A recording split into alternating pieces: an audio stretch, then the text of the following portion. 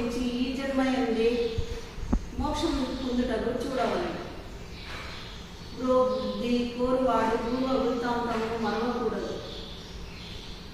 ఈ జన్మ ఎందు భక్తి జ్ఞాన వైరాగ్య సాధనలచే ఆత్మానుభూతిని సముపార్జించడం ద్వారా సంసార బంధ విచిత్తిని జన్మరాహిత్యమును కలుగజేసుకుంట జీవుని యొక్క కర్తవ్యము. జీవునిది మానవ జన్మ చాలా ఉన్నతమైనది, మహోన్నతమైనది, మళ్ళీ దుర్లభమైనది. మానవ జన్మ దొరకడమే మహోన్నతమైనది, అసలు ఉన్నతమైనది.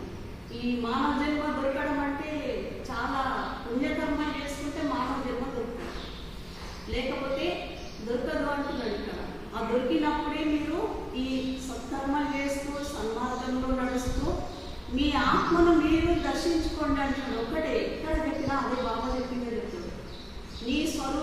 నీ స్వస్వరూపాన్ని దర్శించుకో, అప్పుడు నీకు మానవ జన్మ మళ్ళీ మంచి జన్మ నీకు లభిస్తుంది.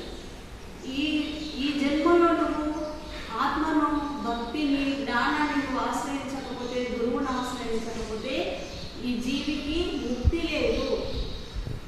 మళ్ళీ పునరపి మరణ, పునరపి ఇదే సైకిల్ చక్రంలోనే తిరుగుతుంది అని ఇక్కడ చెప్తున్నాం.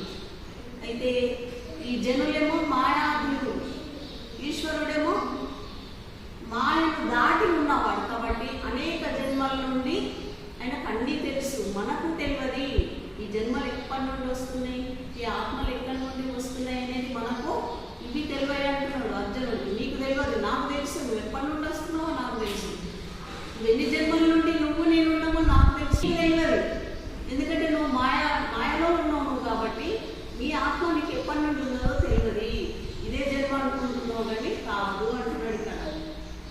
అలాగే తల్లి గర్భంలో ఉన్నప్పుడు సమాధిలో ఉంటుంది పిండం.